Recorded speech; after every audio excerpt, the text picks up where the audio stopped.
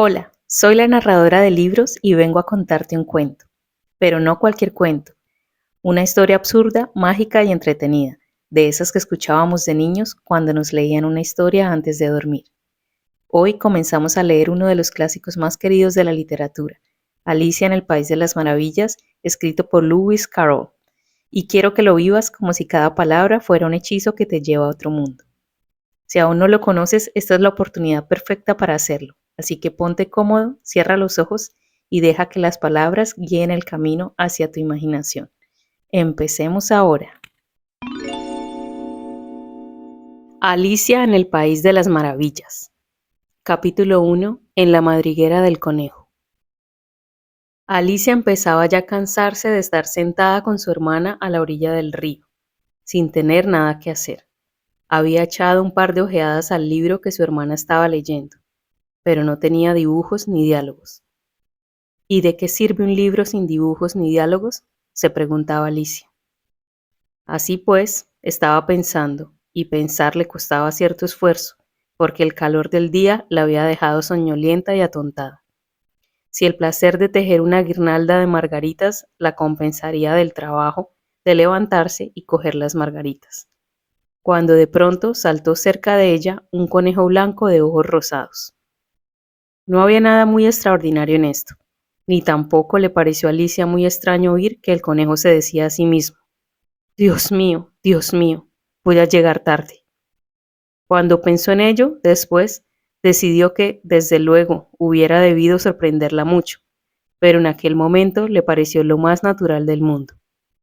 Pero cuando el conejo se sacó un reloj de bolsillo del chaleco, lo miró y echó a correr, Alicia se levantó de un salto, porque comprendió de golpe que ella nunca había visto un conejo con chaleco, ni con reloj, y ardiendo de curiosidad se puso a correr tras el conejo por la pradera, y llegó justo a tiempo para ver cómo se precipitaba en una madriguera que se abría al pie del seto.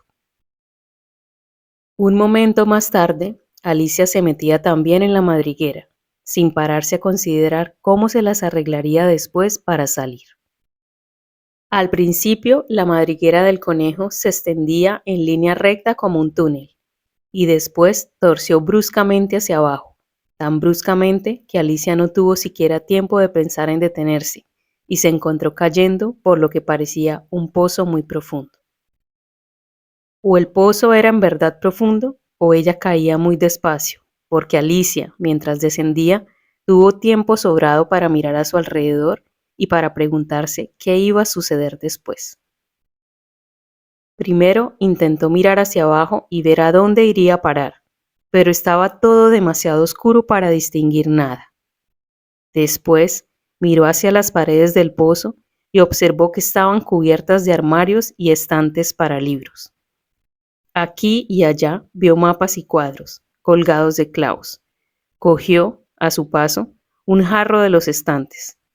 Llevaba una etiqueta que decía mermelada de naranja, pero vio con desencanto que estaba vacío. No le pareció bien tirarlo al fondo, por miedo a matar a alguien que anduviera por abajo, y se las arregló para dejarlo en otro de los estantes mientras seguía descendiendo. Vaya, pensó Alicia, después de una caída como esta, rodar por las escaleras me parecerá algo sin importancia. Qué valiente me encontrarán todos. Ni siquiera lloraría, aunque me cayera del tejado. Y era verdad. Abajo, abajo, abajo. ¿No acabaría nunca de caer? Me gustaría saber cuántas millas he descendido, dijo en voz alta. Tengo que estar bastante cerca del centro de la Tierra. Veamos. Creo que está a 4000 millas de profundidad. Como veis, Alicia había aprendido algunas cosas de estas en las clases de la escuela, y aunque no era un momento muy oportuno para presumir de sus conocimientos, ya que no había nadie allí que pudiera escucharla, le pareció que repetirlo le servía de repaso. Sí, esta debe ser la distancia, pero me pregunto a qué latitud o longitud habré llegado. Alicia no tenía la menor idea de lo que era la latitud, ni tampoco la longitud, pero le pareció bien decir unas palabras tan bonitas e impresionantes. Enseguida volvió a empezar. A lo mejor caigo a través de toda la tierra, Qué divertido sería salir donde vive esta gente que anda cabeza abajo. Los antipáticos, creo. Ahora Alicia se alegró de que no hubiera nadie escuchando, porque esta palabra no le sonaba del todo bien. Pero entonces tendré que preguntarles el nombre del país. Por favor, señora, ¿estamos en Nueva Zelanda o en Australia? Y mientras decía estas palabras, ensayó una reverencia. Reverencia mientras caía por el aire. ¿Creéis que esto es posible? ¿Y qué criaja tan ignorante voy a parecerle? No, mejor será no preguntar nada. Ya lo veré escrito en alguna parte. Abajo, abajo, abajo. No había otra cosa que hacer, y Alicia empezó enseguida a hablar otra vez.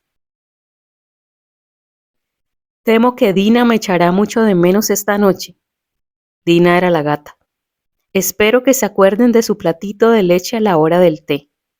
Dina, guapa, me gustaría tenerte conmigo aquí abajo. En el aire no hay ratones, claro, pero podrías cazar algún murciélago, y se parecen mucho a los ratones, ¿sabes? Pero, me pregunto, ¿comerán murciélagos los gatos? Al llegar a este punto, Alicia empezó a sentirse medio dormida y siguió diciéndose como en sueños. ¿Comen murciélagos los gatos? ¿Comen murciélagos los gatos? Y a veces, ¿comen gatos los murciélagos? Porque, como no sabía contestar a ninguna de las dos preguntas, no importaba mucho cuál de las dos se formulara. Se estaba durmiendo de veras y empezaba a soñar que paseaba con Dina de la mano y que le preguntaba con mucha ansiedad: Ahora, Dina, dime la verdad, ¿te has comido alguna vez un murciélago? Cuando de pronto, cataplum, fue a dar sobre un montón de ramas y hojas secas. La caída había terminado. Alicia no sufrió el menor daño y se levantó de un salto. Miró hacia arriba, pero todo estaba oscuro. Ante ella se abría otro largo pasadizo y alcanzó a ver en él al conejo blanco que se alejaba a toda prisa.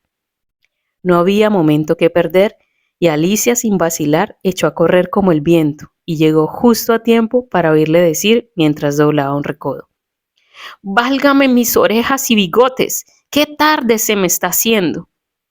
Iba casi pisándole los talones, pero cuando dobló a su vez el recodo, no vio al conejo por ninguna parte. Se encontró en un vestíbulo amplio y bajo, iluminado por una hilera de lámparas que colgaban del techo.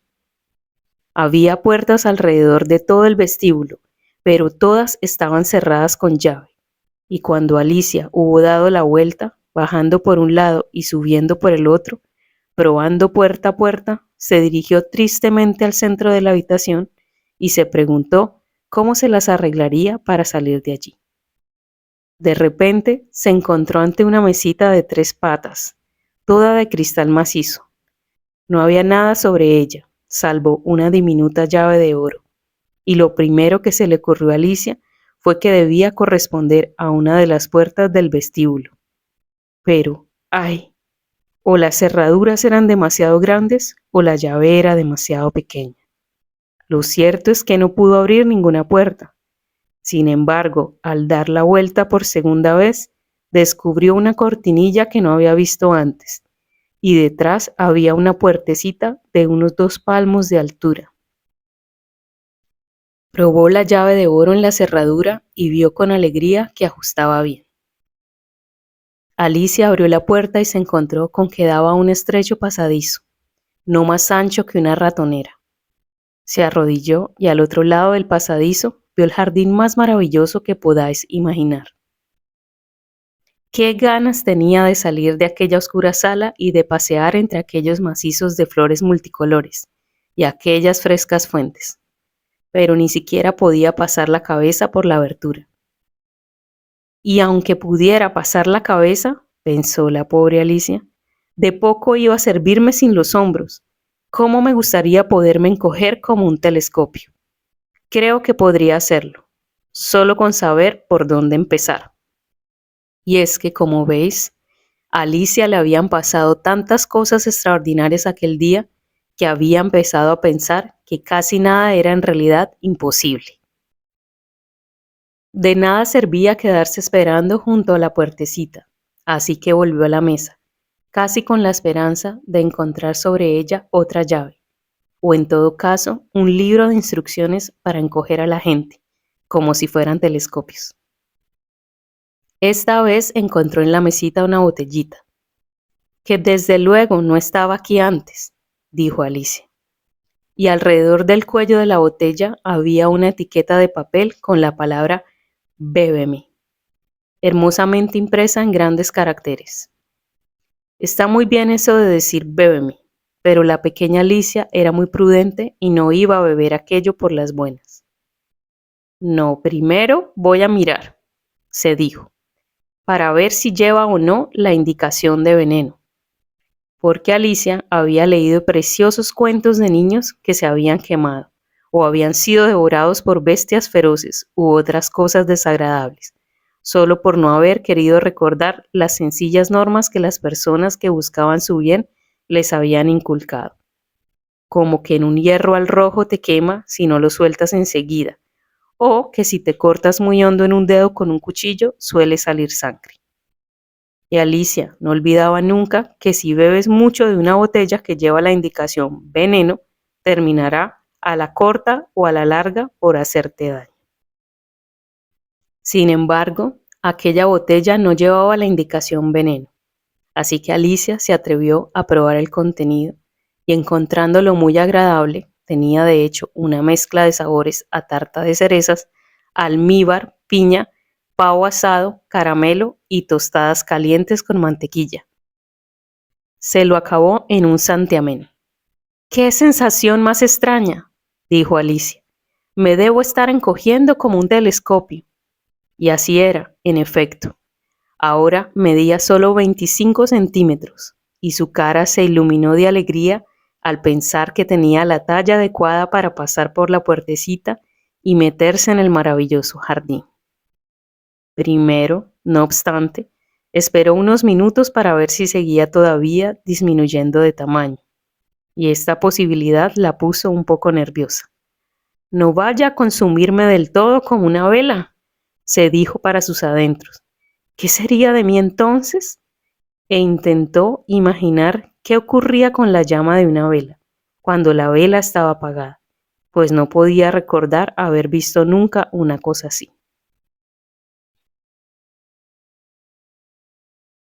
Después de un rato, viendo que no pasaba nada más, decidió salir enseguida al jardín. Pero, pobre Alicia, cuando llegó a la puerta, se encontró con que había olvidado la llavecita de oro, y cuando volvió a la mesa para recogerla, descubrió que no le era posible alcanzarla. Podía verla claramente a través del cristal, e intentó con ahínco trepar por una de las patas de la mesa, pero era demasiado resbaladiza, y cuando se cansó de intentarlo, la pobre niña se sentó en el suelo y se echó a llorar. Vamos, de nada sirve llorar de esta manera, se dijo Alicia a sí misma con bastante firmeza. Te aconsejo que dejes de llorar ahora mismo.